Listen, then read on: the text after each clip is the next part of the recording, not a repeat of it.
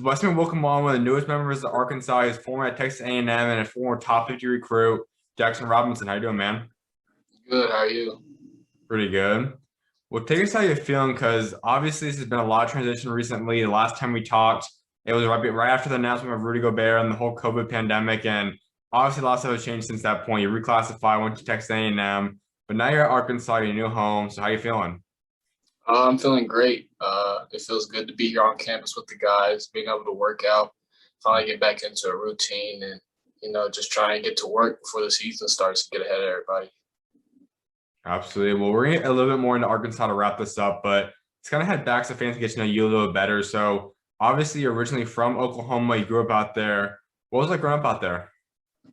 Uh, there's not much in Oklahoma, but I mean, you just got to make the most of it. Obviously, I was in the gym a lot, just with my friends and just by myself, just putting in work. And all paid off in the end. So that's really all that matters. On the basketball aspect, like you said, I mean, there's obviously not too many people out there, but like they're starting to grow some guys. You got Trey, obviously special. You and Bijan are pretty close. You have upcoming guys like Dante, and obviously if Jeremiah's up and coming too. But in terms of basketball, like what was that like? I think Oklahoma as a whole is kind of slept on when it comes to basketball.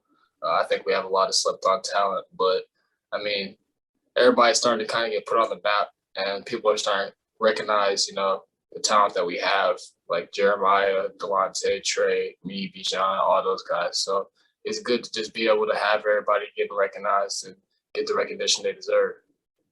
How would you say you became the guy you are? Because you left as a top tier recruit, or I think you went a little bit deeper once you reclassified to wherever they ranked you, but you pretty much were a top tier recruit majority of high school when you were in 2021. So how did you become that? Because I know it's challenging for guys to go come up and create a name for themselves when you don't have a spotlight like some states do. So how'd you do that? I feel like it kind of all started back my junior summer. First tournament was in Arkansas here in Fayetteville. I had a game where it was like 9 threes or something, and I got my first couple offers off of it. So ever since then, it kind of just blew up, and that just went from there. And your school you chose was Ada High. Why was the school you wanted to attend? Uh, I moved there to be closer to family, and it was just one of the bigger schools around the area, so I just decided to go there. So if someone would have told you heading into your freshman season that you're eventually going to become a PCM champion, you're eventually going to become a guy that succeeds and has a great high school career out there, and you eventually become a high level Division One recruit, could you ever imagine that heading into your freshman season? Uh, I mean, it was all such a blur. It all happened so fast, but it's just a blessing for all of it to happen and just for me to be put in this position. At what point would you say it kind of clicked for you and started realizing that, I'm gonna actually be a guy who can play at the next level? Like, I truly do feel I'm one of the best players in the country.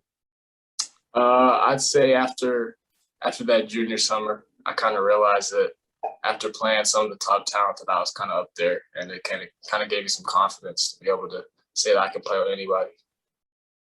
I mentioned that you were part of Team Griffin, and you obviously had a special run there with that team. You guys were PCM champions for 16U. That was a great ending, obviously, with KJ's final shot there. But take us to that roster because you guys were loaded top to bottom with so many guys that's now going to be playing college this upcoming year. How did you guys form that roster? Uh, it was kind of just thrown together by coach, but to start off, we were all kind of on our own. We didn't like to share the basketball. It was hard to figure out our rhythm and how we were all going to work together, figure out everybody's role. But once we did, you seen how it turned out. We came PCM champs, all that. But just having Bijan, Trey, Daimion, KJ, all my squad, it was a great feeling. So we obviously knew that you, Bijan, Trey were kind of the big three in Oklahoma for that upperclassmen at that point. But you added in Kazi, Daimion, and KJ, who were elite players, but obviously really created a name for themselves at that point. Like, did you know Daimion was that special? Like, did you guys happen to know Daimion yet? Did you know KJ, or did you guys all kind of get to know each other once you guys got on the team?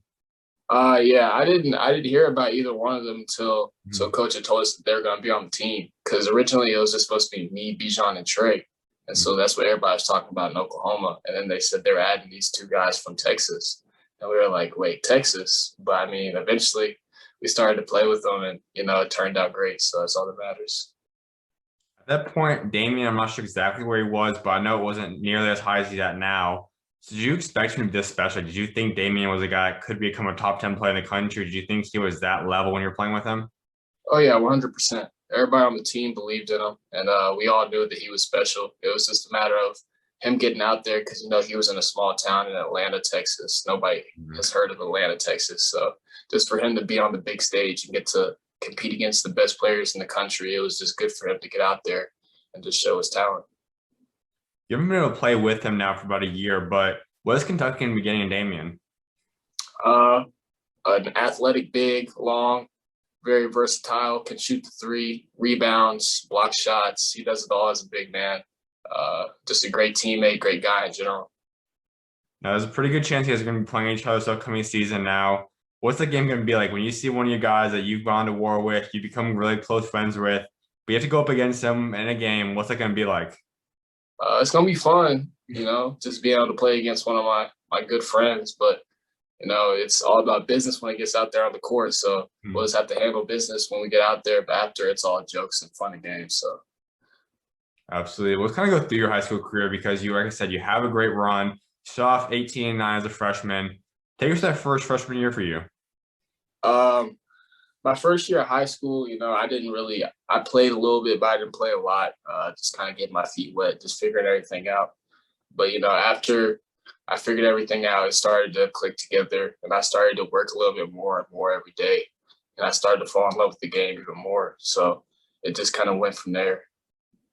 The thing you're known for, I know last year was a little bit up and down with COVID and rotation stuff or whatnot, but what you're most talented at is obviously, like you said, shooting. You can score pretty much at will, also a great defender. But in terms of the offensive aspect, have you always had that ability to score at will? Like, have you always been someone that could shoot the ball pretty well, or is that something that developed over time? I'd say I developed over time. It was a lot of work put in throughout high school, and even right now in college, just being able to put up hundreds of shots a day, just Mhm. making sure that you keep your shot right, making sure your form is right. That's all that really matters is just putting in the work, and you're going to see the outcome of it. You head then into your sophomore season for high school. What was that year like? Uh, kind of the same thing, but sophomore season we got a new coach, so it Mhm. was interesting to play with a new coach and everything. It was an adjustment at first, but after a while, I started to kind of get the hang of it.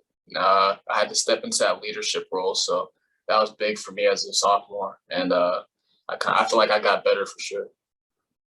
How do you adjust to that? Because clearly you're going to go through a coaching change now once again from Coach Williams, obviously now heading up to Coach Muss. So how do you do that? Like, what's the changes that happen? Like, how do you adjust your game? Like, how do you personally, as a player, adjust to a new coaching staff whenever that happens for you?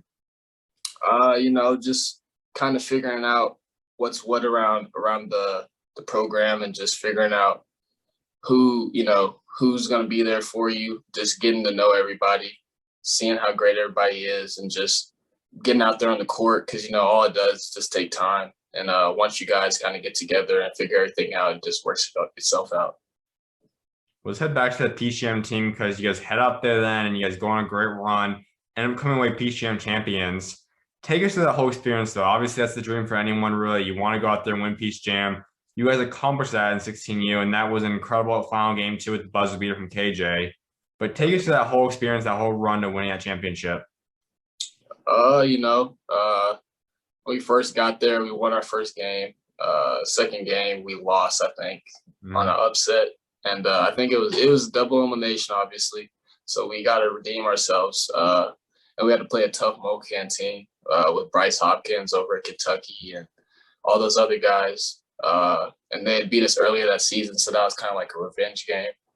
After that, we had played a few other teams, but leading up to that championship game, everybody knew the Team Takeover was the team to beat because they were really special. So just getting out there and just competing against those guys, it was really big for us, and we obviously came out with the win. The setting for that is huge. It's on the biggest stage you could have for AAU basketball. And you guys obviously, by being Team Griffin, Blake Griffin's the sponsor of the team. He's kind of the backing of it. And he was there to celebrate with you guys. So take us to that experience. The KJ comes down, he hits the game winning shot. I think you guys all had fun, celebrate. Like just take us to that one final play and just all that went down there. Yeah.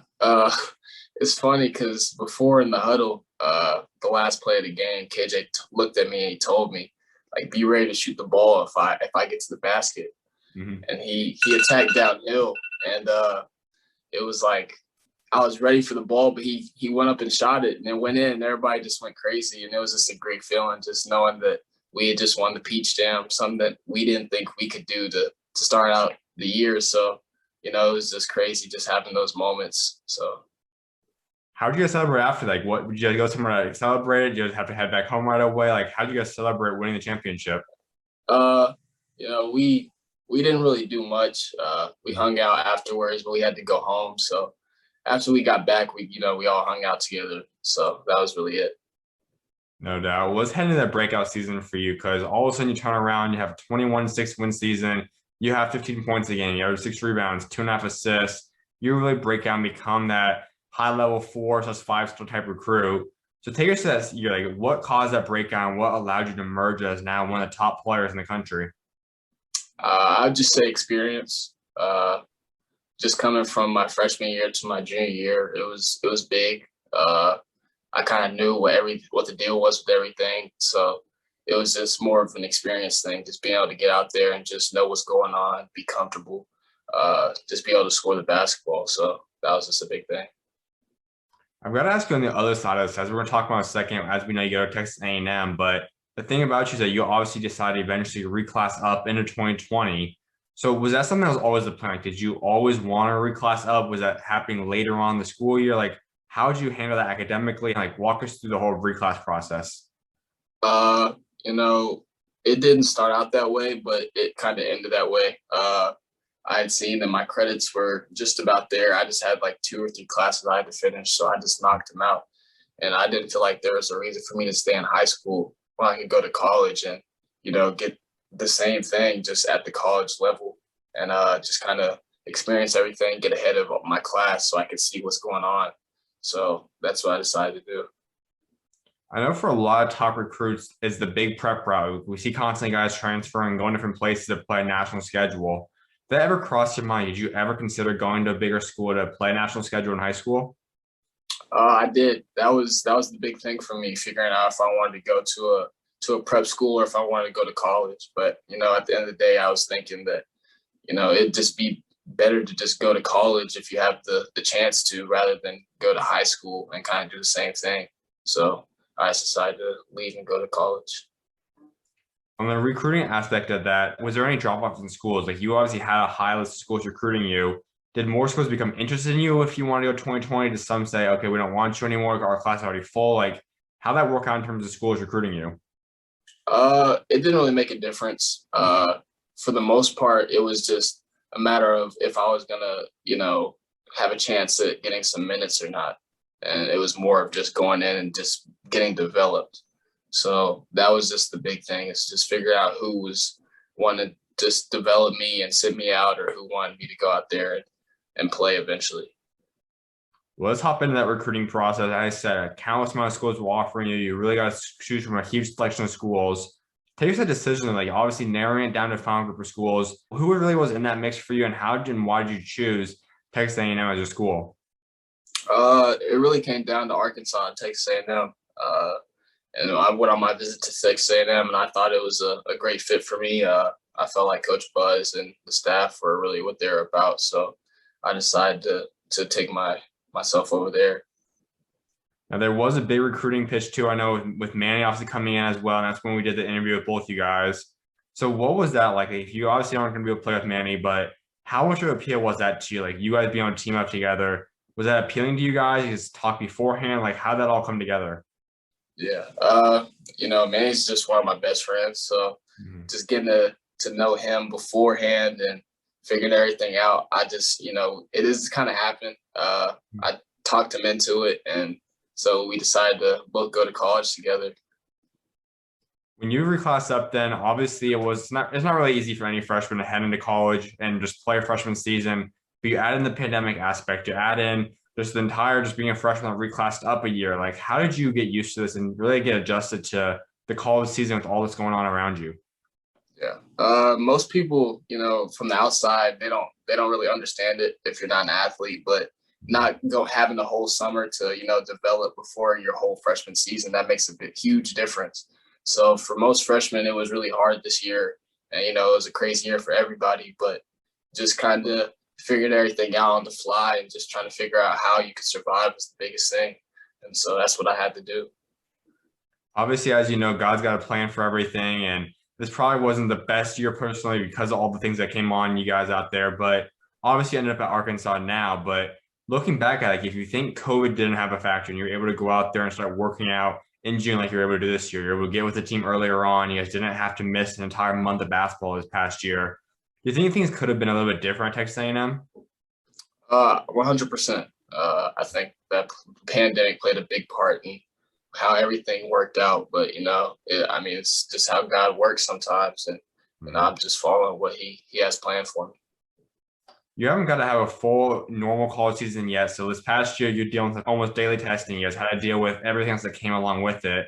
How did you get adjusted to the COVID pandemic? Like just the course of the year, the effects it had on you guys. How did you get accustomed to that? Uh, I don't think I ever really got used to having a stick put up my nose. But, after some time, it's just whatever. So just getting COVID tested every day or so, it was annoying, but it wasn't that bad. So everybody was fine with it. You guys were hit probably the hardest amongst all the high major schools, at least. You guys had to miss an entire month of basketball. Everyone kind of battling up and down through the course of the season. And as an athlete, especially, and you experienced it now firsthand, you guys are always tip-top shape throughout the course of the season to be an athlete to play. And you have to miss games here or there, missing practices. How hard was that for you guys as a team to get chemistry and really stay in game shape while dealing with the pandemic that hard this past year?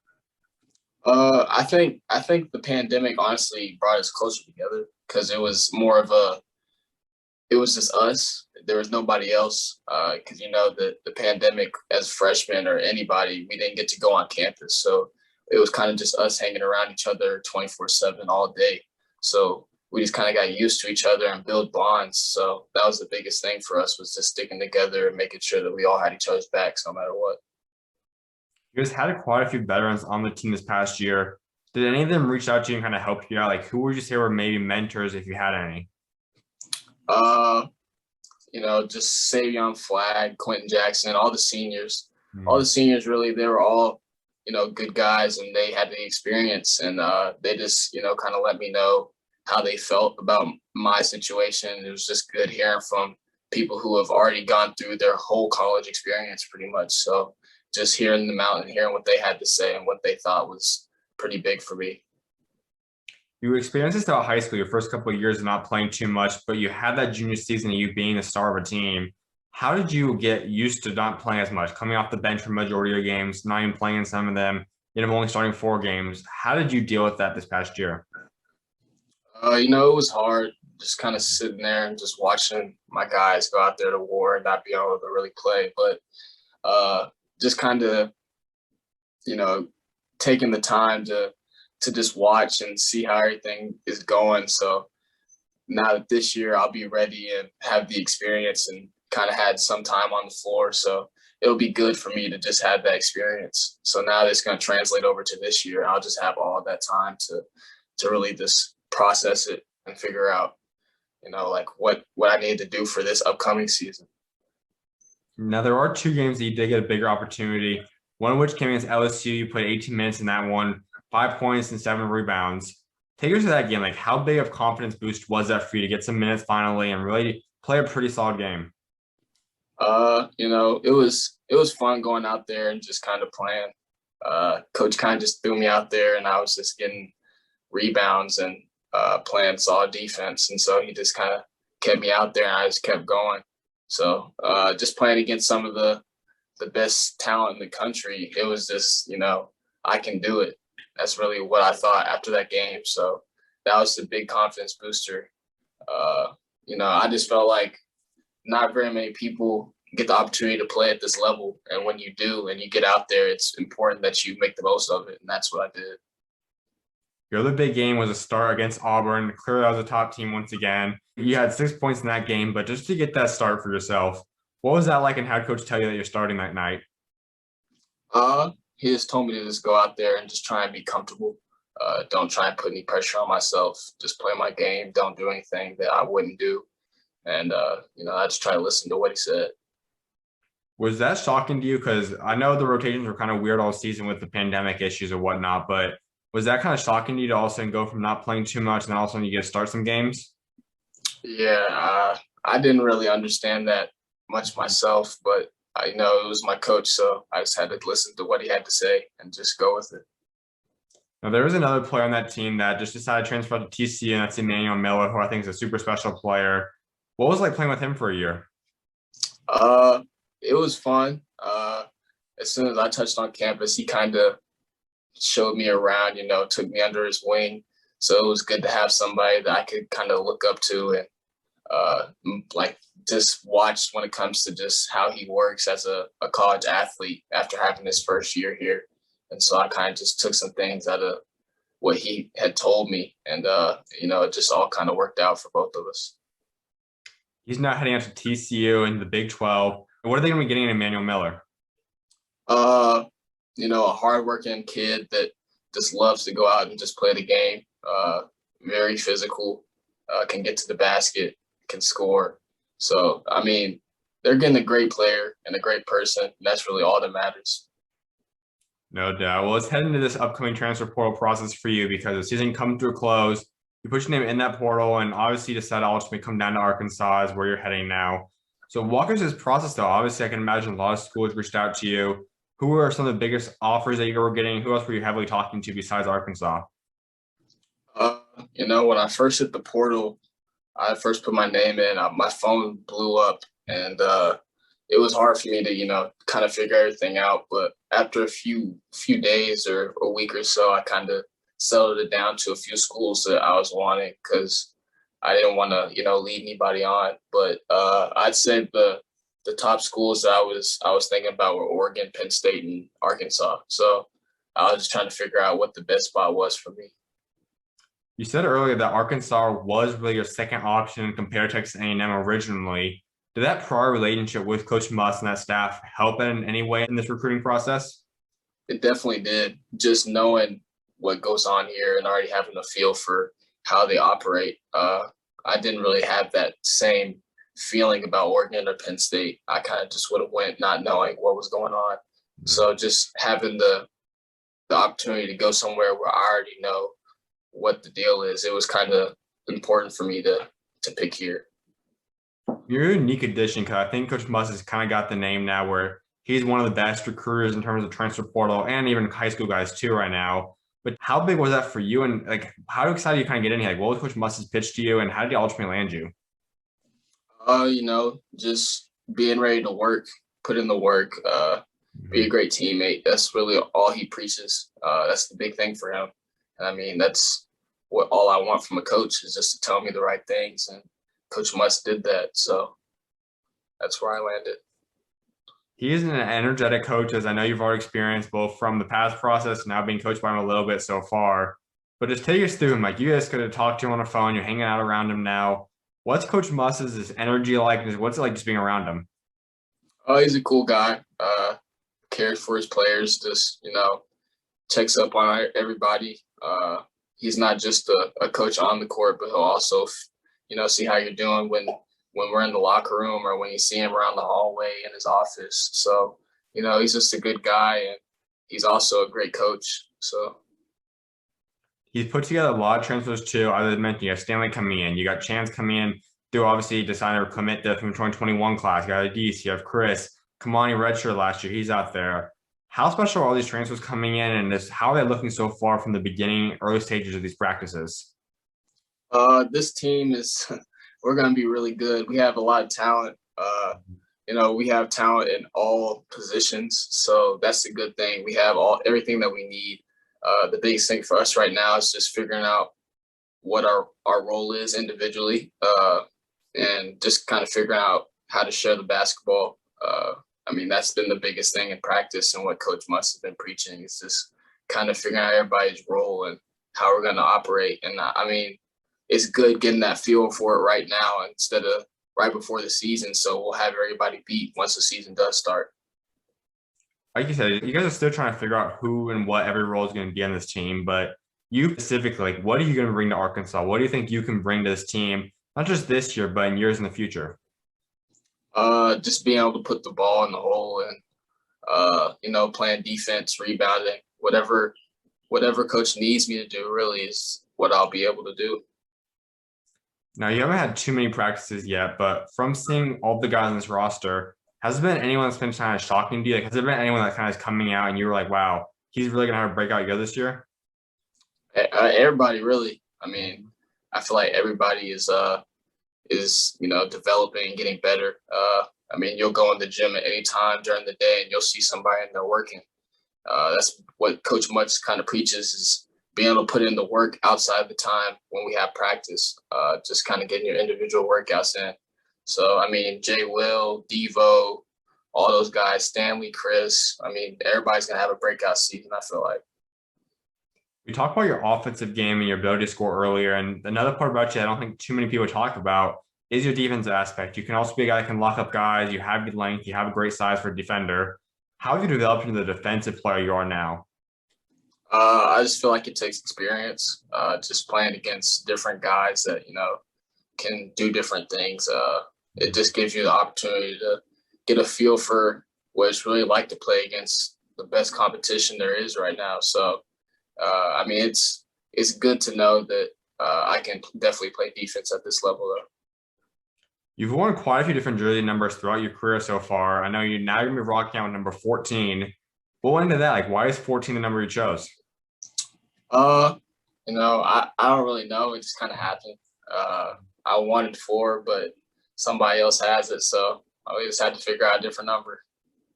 When you talk about 4, obviously that has been your number you've worn for a couple different times before. Like, what stands about 4? Like, why is that the number you like? I don't know. It's just always kind of been one of my favorite numbers, 4 and 5. I've always liked 4 and 5. So if I could have had those, that'd have been great. But I'll just wait until whoever it is that has it leaves. So that's all that matters. I know that energy in that locker room is exciting, not just from the coaching staff, but the players as well. So who would you say so far has been the funniest guy in the locker room? Deese for sure. Deese is the funny man on the team. He's always cracking jokes around the locker room, just making everybody smile. And, that's the biggest thing is just having that guy on the team that can lift everybody up when somebody may be down. You always need a guy like that on your team, and Deese is that guy. Without doubt, man. Well, we talked about him a little bit earlier too, and that is Manny. He still is going off to Texas A&M now as his 5-star recruit. But what are they getting in Manny? Like, how special is he? Just a guy that can score the basketball. He's super talented, athletic, great person, great teammate. So it'll be fun to watch him. I'll definitely be tuned in to see him play this season. I'm not sure if you guys will eventually match up. I can imagine you guys probably will against Texas A&M. But when you guys do play them, is there going to be a little bit added anything to like, will you have a little bit more energy, a little bit more excitement for that game? Oh, yeah, 100%. That's going to be one of the bigger games for me is playing against Texas A&M. So I got to make sure I go out there and, do my thing.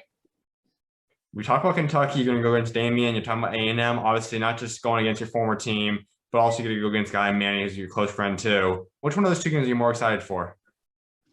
I don't think I'm more excited to play anybody else but Texas A&M.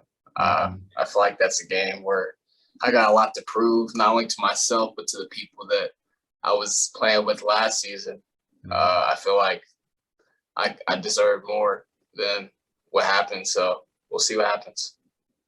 Absolutely, man. Well, a few more things before I let you go. One of which is something I was like wrapping up, and that's discussing your legacy. So when that day does come, you step away from this game someday.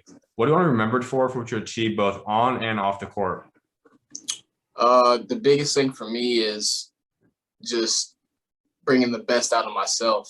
I just want to make sure that I'm the best version of myself at the end of the day. Because if I'm not, then I feel like I've wasted the talent that God has given me, and I don't want that.